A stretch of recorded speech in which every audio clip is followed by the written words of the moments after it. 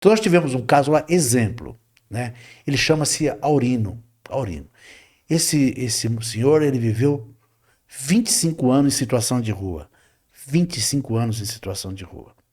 Então, quando nós começamos ali no núcleo com atendimento, ele foi um dos primeiros que ia e levava uma turma com ele.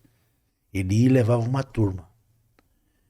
Mas, assim, a vontade de mudança desse companheiro, a vontade de transformação, a sede de conhecimento do Evangelho era tão grande, que ele nos marcou pelo exemplo. Quando começa o estudo do Evangelho, tem uma roda daqueles que estão estudando e aqueles que vão tomar banho ficam na roda paralela. Ele estava na roda do Evangelho. É a Thelma e o Alexandre que conduzem o Evangelho para eles, sob inspiração do alto. E quando ele era chamado, Aurino, chegou sua vez, vem tomar banho.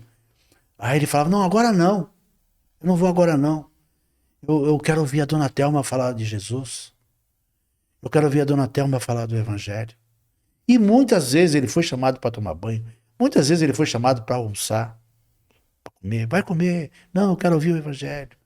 Então, é uma vontade tão forte dele de conhecer o Evangelho. Eu acredito que aquele companheiro teve o seu primeiro contato com o Evangelho assim, da imortalidade, com a doutrina dos Espíritos, agora nessa encarnação. E eu falava, Aurino, não só eu, a Thelma, os companheiros, Aurino, como você está mudado. E ele era muito amoroso, mas ele era dependente do álcool, meu amigo. Então ele fazia um esforço enorme assim de mudança. E eu falava para ele, nós falamos para ele, olha, você está mudado, você é outro. Ele falava, não sou. Não. Ele chorava. Eu não consigo.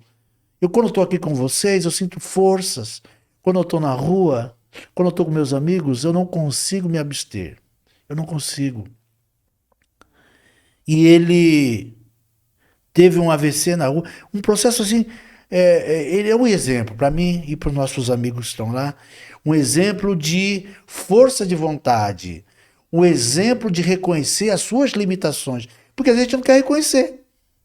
A gente não quer reconhecer que é frágil.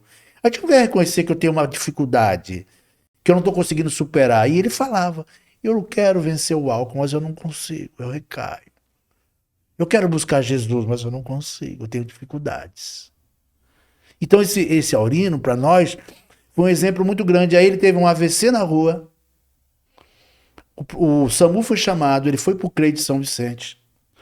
Do CREI de São Vicente, ele foi lá para o hospital do Maitá, e nós fomos visitá-los, o Alexandre, a Thelma, o Galilei, a Marisa, o pessoal ia visitá-los.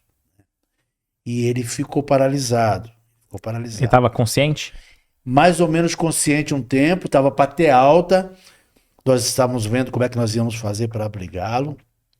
Mas, desculpa Jesus se eu estiver errado, mas a misericórdia da espiritualidade achou melhor que era o momento de levá-lo, porque se ele ficasse, ele ia ficar paralisado e quem ia cuidar desse companheiro até o final da existência, né? E no último dia, o dia que ele desencarnou, ele ficou acho que mais de um mês internado. No último dia do desencarne dele, eu fui com outro companheiro lá no Maitá visitá-lo. Eu tinha ido para visitar, eu cheguei lá. Tive a notícia pelo profissional da saúde, pelo médico, que ele estava desencarnando, né? E assim, numa serenidade muito grande. Sabe aquela pessoa que teve uma oportunidade e agarrou com unhas e dentes e daqui eu não solto? Sabe? Então nós vimos isso, viu, Éder? Nós vimos isso com o Aurino, nós vimos isso com o Givanildo, que desencarnou no mês passado. E desse outro rapaz era parecido também, o caso dele. Parecido. Nós vimos isso com o Ricardo. Assim, eles estão num processo interessante de luta com eles mesmos. Não é comigo, nem com você, com eles mesmos. Sabe? Que querem avançar e não conseguem porque o vício fala mais alto.